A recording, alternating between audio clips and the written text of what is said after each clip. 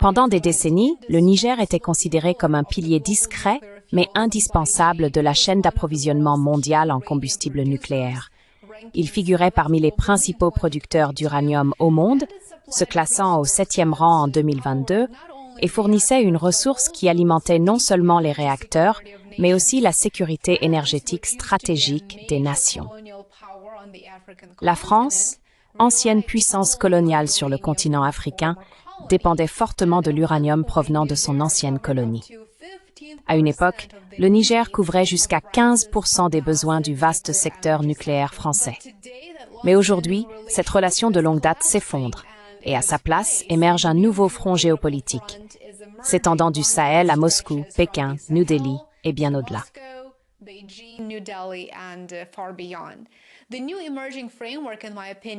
Le nouveau cadre émergent, à mon avis, est un excellent exemple de la manière dont la multipolarité transforme le monde entier. Le dernier point de tension est apparu avec une révélation qui a alarmé le gouvernement français. Selon un reportage du Monde, les autorités militaires du Niger auraient conclu un accord de 170 millions de dollars avec la société nucléaire d'État russe, Rosatom, pour la vente de 1000 tonnes d'uranium concentré. C'est la base de tout le cycle du combustible nucléaire. Le stock concerné, environ 1400 tonnes stockées sur le gisement d'Arlit, dans le nord du Niger, appartenait autrefois au géant nucléaire français Orano. Mais après le coup d'État de juillet 2023 au Niger, Orano a été contraint de suspendre ses activités.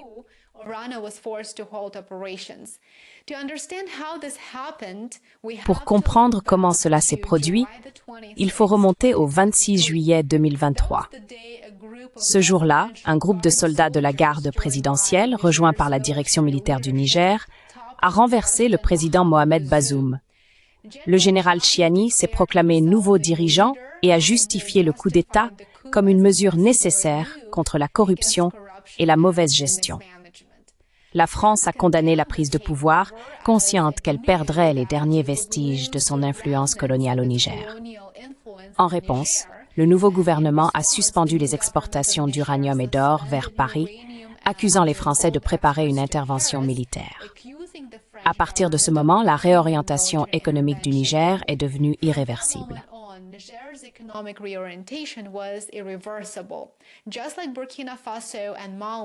Tout comme le Burkina Faso et le Mali, le Niger souhaite développer ses infrastructures afin de raffiner les matières premières. Au lieu d'être exploité, le continent africain a historiquement vu les puissances coloniales extraire et exporter ses ressources, puis importer des produits finis, ce qui a laissé les nations africaines riches en ressources dans la pauvreté pendant des générations. Alors que les troupes françaises se retiraient et que les activités d'Orano étaient au point mort, le Niger a ouvert ses portes à de nouveaux partenaires. Les analystes décrivent désormais ce changement comme faisant partie d'un schéma plus large, une érosion rapide de l'influence postcoloniale de la France en Afrique. Là où la domination française façonnait autrefois les décisions politiques et économiques, les gouvernements africains refusent de plus en plus de suivre la direction de Paris.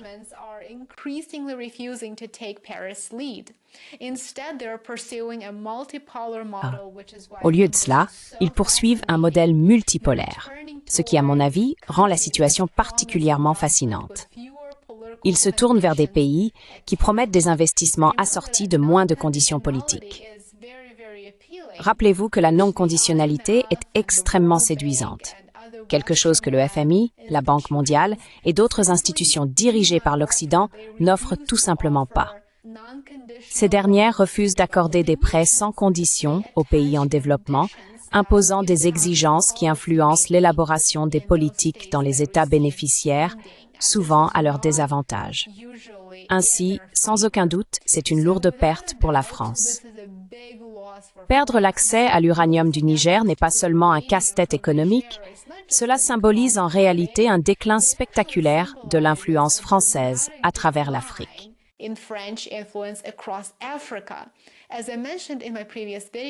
Comme je l'ai mentionné dans mes précédentes vidéos, vous vous en souvenez peut-être, le Sahel est en pleine transformation. Le Burkina Faso et le Mali se sont déjà éloignés de la France et se sont alignés sur plusieurs pays des BRICS, en particulier la Russie et la Chine. Comme vous le savez, l'Éthiopie, dans la Corne de l'Afrique, est membre des BRICS. Comme vous pouvez le constater, ce qui, pendant des décennies, a soutenu la stabilité énergétique et la stratégie industrielle de la France lui échappe désormais. Et le choc est d'autant plus profond que le Niger, le Mali et le Burkina Faso, des pays autrefois fermement ancrés dans l'orbite sécuritaire de la France, se sont désormais réorientés vers des partenaires non occidentaux à une vitesse véritablement stupéfiante.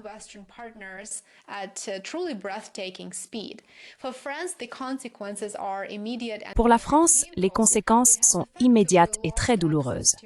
Elle a effectivement perdu l'accès à une ressource qui soutenait autrefois l'épine dorsale de son système énergétique.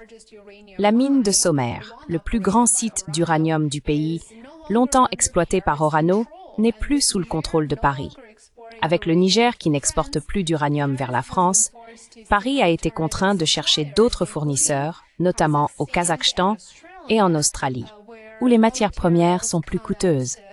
Ainsi, oui, les coûts de l'énergie en France augmenteront probablement à la suite de ce nouveau développement.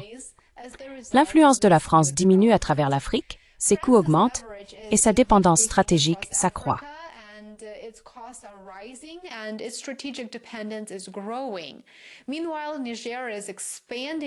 Pendant ce temps, le Niger élargit ses partenariats en matière d'uranium bien au-delà de la Russie.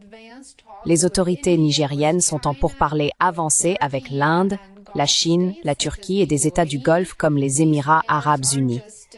Ces acteurs ne se contentent pas de vouloir acheter de l'uranium concentré, d'ailleurs, ils sont réellement disposés à discuter d'un co-investissement dans des installations de conversion, ce qui est très important. C'est le type d'infrastructure que le Niger n'a jamais eu sous la domination coloniale, mais qu'il souhaite et dont il a désespérément besoin pour poursuivre sa croissance économique et rendre les conditions de vie plus acceptables.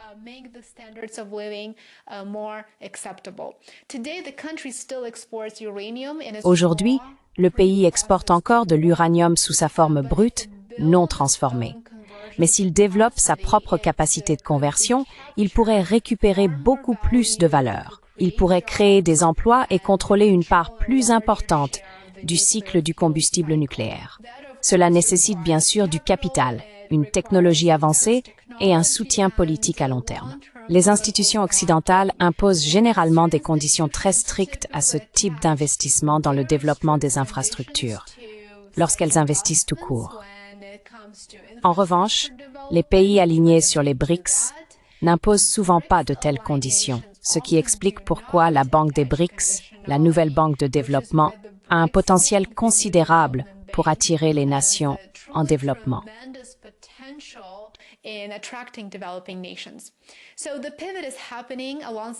Ainsi, ce recentrage s'accompagne de la participation du Niger à une nouvelle alliance régionale, l'Alliance des États du Sahel, formée en 2023 par le Niger, le Mali et le Burkina Faso. Après avoir expulsé les forces françaises, les trois nations ont annoncé qu'elles coordonneraient leur politique de défense, de relations étrangères et surtout de ressources stratégiques. Le Burkina Faso a déjà nationalisé ses mines d'or et le Mali s'oriente également dans cette direction.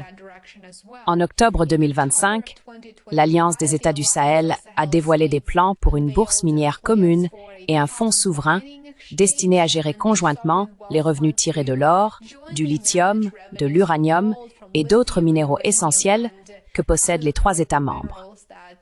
Cela leur permet de renforcer considérablement leur influence, de diversifier leurs partenaires commerciaux et, espérons-le, d'attirer de nouvelles opportunités d'investissement.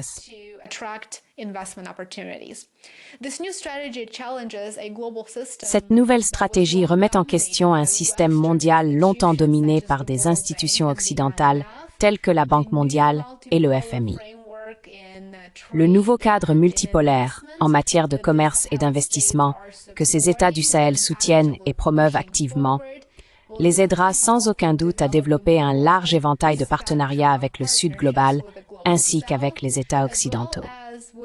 N'oublions pas qu'ils ont besoin de partenariats avec les États occidentaux, simplement sur de nouvelles bases, mutuellement bénéfiques. Je pense que c'est là un élément clé. Dans le Sahel, l'équilibre des pouvoirs a déjà changé. La question est désormais de savoir jusqu'où ce changement s'étendra et comment le reste du monde y réagira. Merci beaucoup de m'avoir rejoint aujourd'hui. J'apprécie sincèrement que vous regardiez la vidéo et souteniez mon travail. Si vous souhaitez un peu plus de contenu, n'hésitez pas à me rejoindre sur Substack et Patreon pour soutenir mon travail. Je suis reconnaissant envers chacun de mes abonnés. Passez une excellente journée et on se retrouve ici demain. À bientôt.